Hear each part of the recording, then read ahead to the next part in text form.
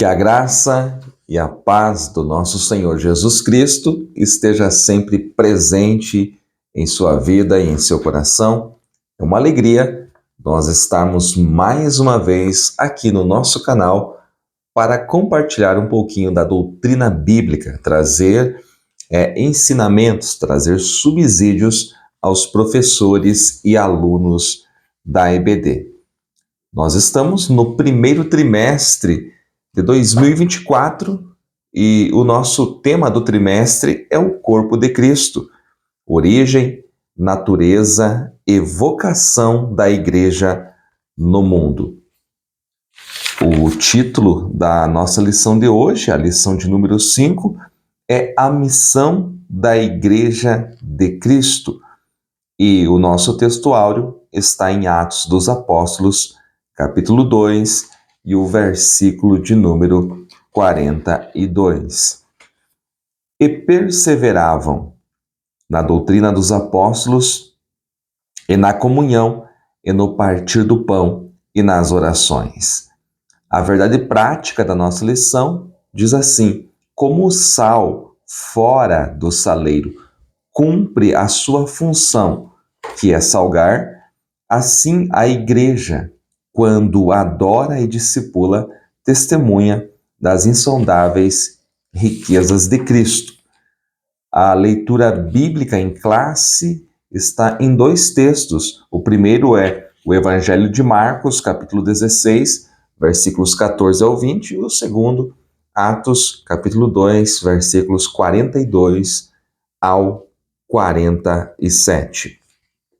Se você está conhecendo o nosso canal agora, inscreva-se, deixe o seu like, acione o sininho para que você receba as notificações. Deixe também o seu comentário, participe conosco, é um prazer, é uma alegria nós podermos estarmos juntos toda semana ajudando aí os professores na classe de adultos. Muito bem, os dois textos que estão na leitura bíblica em classe são textos muito conhecidos. O texto do Evangelho de Marcos, o último capítulo deste Evangelho, é um texto muito conhecido, também questionado, porque há teólogos da teologia liberal que questionam os últimos versículos do Evangelho de Marcos. Alguns vão dizer que não se encontra nos manuscritos mais antigos, mas a verdade é que sim, este texto é canônico, é inspirado pelo Espírito Santo de Deus. Então é um texto muito importante. Quando alguém vai se despedir de outrem para ficar um bom tempo, longo tempo, longe, as últimas palavras que esta pessoa diz a quem fica são palavras de muita relevância, de muita importância. Por que digo isto? Porque o Senhor Jesus Cristo, depois dele cumprir a sua missão, e ao cumprir a sua missão, ele gerou a igreja. Quando ele gera a igreja, na cruz do Calvário, ele está estabelecendo a sua igreja, que vai ser inaugurada no Pentecostes, como aprendemos em lições anteriores. Agora, depois de ressurreto, ele vai ficar por um tempo com os seus discípulos, vai ser visto, vai participar com eles, e antes de ser assunto aos céus, ele diz essas palavras que estão registradas aqui no Evangelho de Marcos, no Evangelho de Mateus também, e em Lucas, e no Evangelho de Lucas. E também aquela aparição aos seus discípulos, que voltaram para a pescaria, lá em João capítulo 21. Então, as últimas palavras que ele diz, que são registradas nos evangelhos, são palavras muito importantes, e ele fala para os seus discípulos irem por todo o mundo e pregar o evangelho a toda criatura. Ele não está dando uma sugestão, ele está dando uma ordem. E ele disse que aqueles que ouvirem a mensagem, crerem em Cristo, crerem nele e forem batizados serão salvos, mas quem não crer já está condenado. A recomendação de Jesus Cristo é para que os seus discípulos preguem, proclamem as boas novas, proclamem o evangelho, ensinem, façam discípulos. O outro texto que se encontra aqui na nossa leitura bíblica em classe é o texto de Atos dos Apóstolos. E deixa eu chamar a atenção para o versículo de número 42, que é o nosso texto áureo. Veja como era a igreja apostólica. A igreja que foi inaugurada no Pentecostes, que foi revestida de poder. Perceba que a igreja perseverava na doutrina, a igreja perseverava no ensino apostólico, naquilo que os primeiros apóstolos, que os primeiros ministros da igreja ensinavam. A igreja estava focada nesse ensino. Por que hoje muitas denominações não estão honrando o nome que levam de igreja? Porque desprezam o ensino. Tem de tudo na sua liturgia, no seu dia a dia, mas desprezam a doutrina. Nós na EBD, na Escola Bíblica Dominical, procuramos estabelecer e perseverar na doutrina, porque sem doutrina a igreja deixa de ser igreja. Eles perseveravam na doutrina dos apóstolos e na comunhão, na koinonia, no relacionamento íntimo que tinham uns com os outros. Eles tinham um relacionamento íntimo com o Senhor e também uns com os outros. E eles perseveravam, estavam juntos também no partir do pão. Aqui é muito bom que você saiba que está se referindo à festa do ágape, a festa do amor que eles praticavam normalmente aos domingos, todos os domingos. E em meio à festa do ágape, eles celebravam a ceia do Senhor. Então, não como nós, principalmente nós pentecostais, assembleianos, celebramos a ceia do Senhor uma vez ao mês, é o nosso costume, mas a igreja primitiva, ela tinha a festa do ágape, cada um trazia ali o que tinha nas suas casas para eles terem aquele momento de comunhão, se alimentarem juntos, e em meio à festa do ágape, eles participavam também da ceia do Senhor. Além disso, eles também estavam juntos nas orações. Nenhuma igreja pode permanecer de pé se não perseverar na oração. A oração é o segredo, a oração é a chave, a oração é que dá autoridade aos ministros, à igreja de forma geral, para que ela prossiga avante, mesmo em meio às intempéries, mesmo em meio às afrontas. O texto de Atos também diz que eles tinham tudo em comum.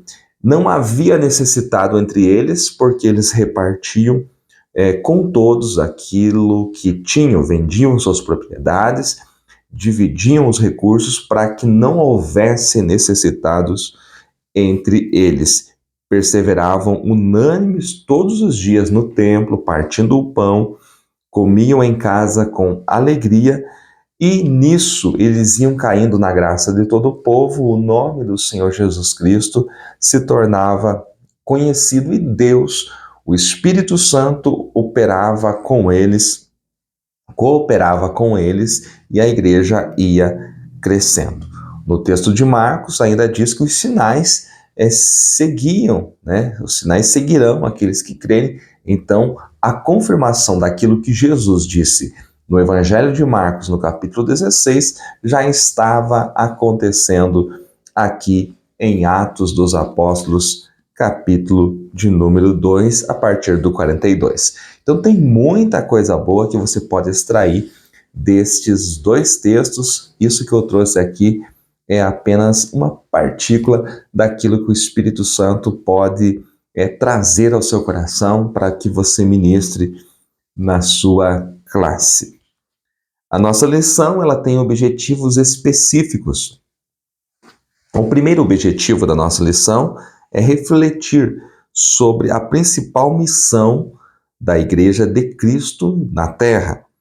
O segundo objetivo é aprofundar o entendimento sobre a adoração a Deus e a edificação mútua como atos contínuos. E o terceiro e último objetivo é pensar a comunhão fraternal e a atuação social como marca de uma igreja cristã genuína.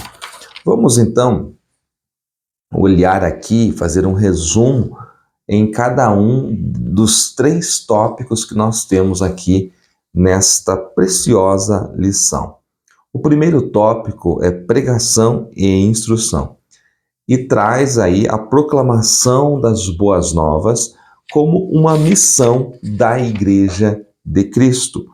Então, a Igreja de Cristo, que foi salva pelo sangue, precisa proclamar isso ao mundo.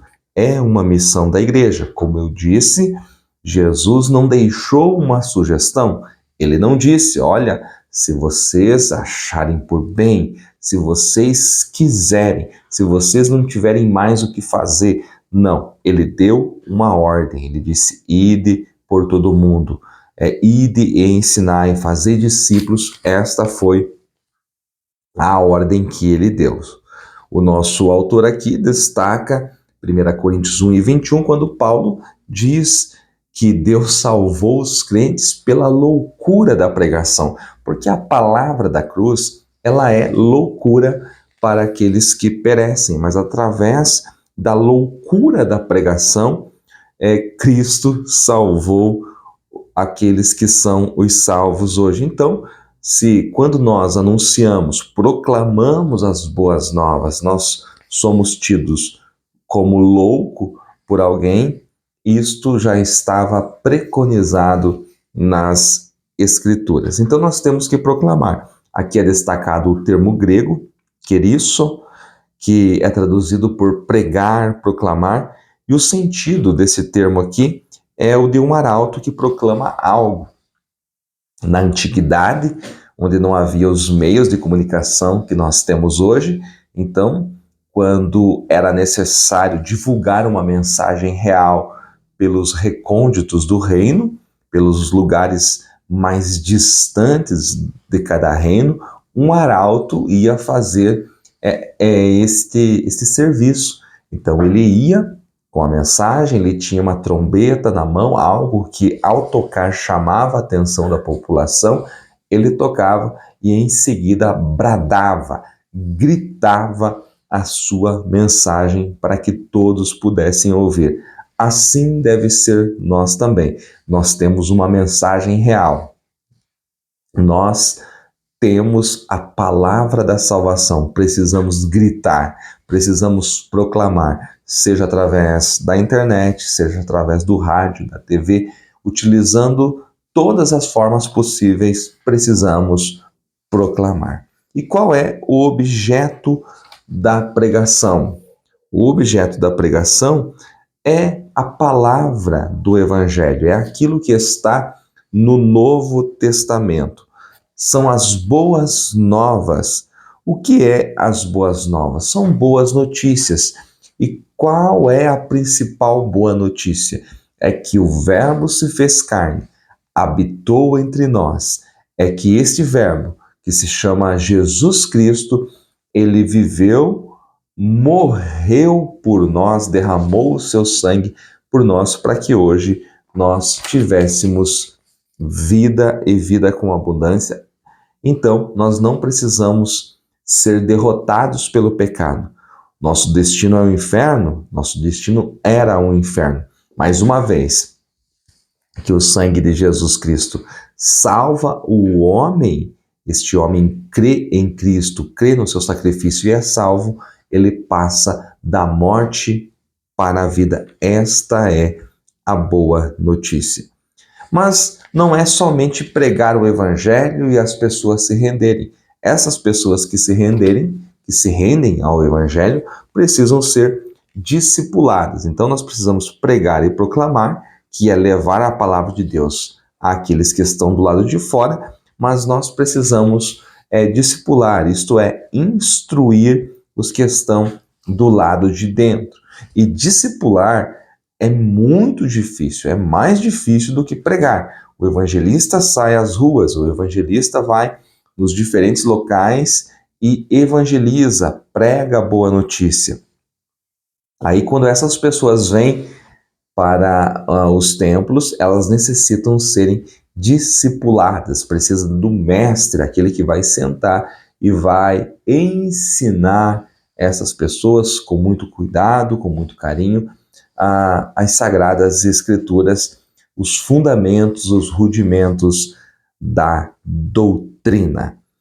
Indo para o segundo tópico, se a missão da igreja é pregação e instrução, pregação e fazer discípulos, a missão da igreja também é ser uma comunidade adoradora, é ser um lugar onde os salvos são edificados.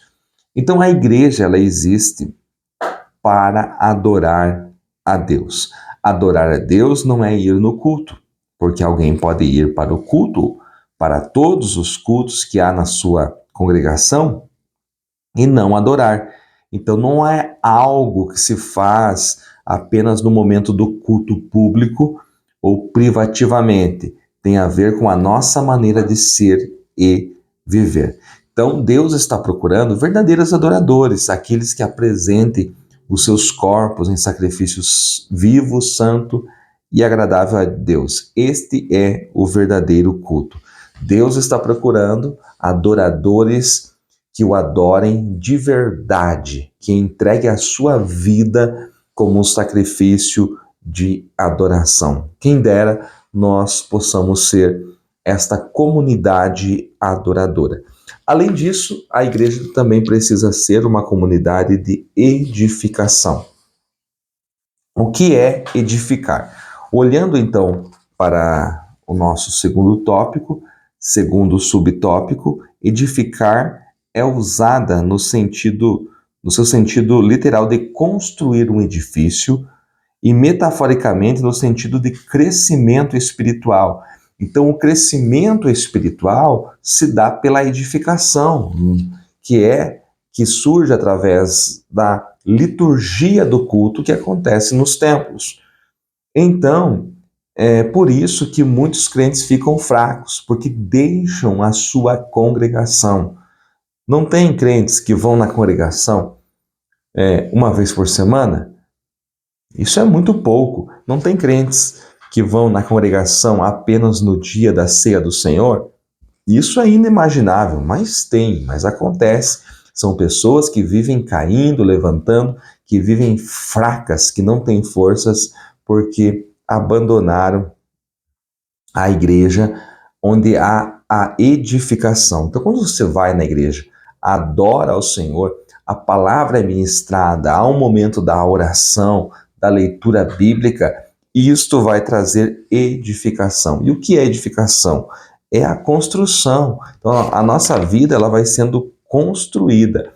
E lá em Efésios, capítulo 4, Paulo fala sobre isso, que o Senhor Jesus Cristo deu uns para apóstolos, outros para pastores, profetas, mestres e evangelistas. Por quê? Querendo a edificação do corpo. É isso que ele diz lá em Efésios, capítulo 4, versículo 12, 13, onde diz que o Senhor espera que haja crescimento no corpo e edificação no corpo. Então, edificar é construir. A sua vida precisa ser construída até que você se torne alguém perfeito na palavra. E como que você vai atingindo esta maturidade cristã? É através da edificação. Você precisa ser ministrado. Você precisa estar debaixo de uma bênção, debaixo da bênção do seu pastor, porque assim a sua vida vai sendo edificada, construída no altar de Deus. No terceiro e último tópico, nós temos comunhão e socialização. Então, nós temos aqui a fé na esfera fraternal. Aqui nós temos a koinonia, que é a comunhão, que fala de parceria, de participação de comunhão espiritual. Há um texto muito conhecido que está na primeira epístola de João, primeira epístola de João, que é o capítulo de número 1, o versículo 7, que diz: mas se andarmos na luz, como ele na luz está, temos comunhão uns com os outros, e o sangue de Jesus Cristo, seu Filho, nos purifica de todo o pecado. Veja que o sangue de Jesus Cristo, ele purifica de todo o pecado se nós andarmos na luz. E se nós andarmos na luz, nós vamos ter comunhão uns com os outros. Tem muita gente que cita a parte final do versículo sem as condições anteriores. Primeiro, se andarmos na luz, uma condicional. Aí nós temos comunhão uns com os outros, porque nós somos uma comunidade fraternal, que vive em unidade. Então nós precisamos disso para que o sangue de Jesus Cristo purifique de todo o pecado. A igreja precisa viver em unidade. Jesus intercedeu pelos seus discípulos na oração sacerdotal que está no Evangelho de João, o capítulo 17, versículos 21 a 23. A oração principal de Jesus é que os seus discípulos fossem um. E nesta oração ele diz que se os seus discípulos fossem um, o mundo iria crer naquilo que eles estavam pregando. O mundo iria crer que o Pai enviou o seu Filho. Mas se o mundo olha para os discípulos de Cristo e vê divisão, olha para a igreja e vê divisão, o mundo não vai crer na palavra que nós proclamamos. Então, a vida de unidade da igreja vai trazer salvação, vai trazer edificação. É por isso que está tudo ligado. Essa questão de unidade, fraternidade, está totalmente ligada com a proclamação do Evangelho que nós falamos no primeiro tópico. Temos também a fé na esfera social. Então aqui diz que nós precisamos se importar com aqueles que estão à nossa volta. A igreja precisa ter esta responsabilidade social. Por vezes nós ficamos focados na nossa programação interna. Fazemos tantas coisas dentro da casa de Deus, dentro dos templos, e esquecemos que nós precisamos ter também essa parte social. E como é difícil nós despertarmos isso na comunidade onde nós servimos a Deus. Nós precisamos atuar também na esfera social. Então, o modelo de igreja que está ali em Atos dos Apóstolos é um modelo ideal para nós hoje. Não que nós vamos fazer as mesmas coisas, porque era o princípio da igreja.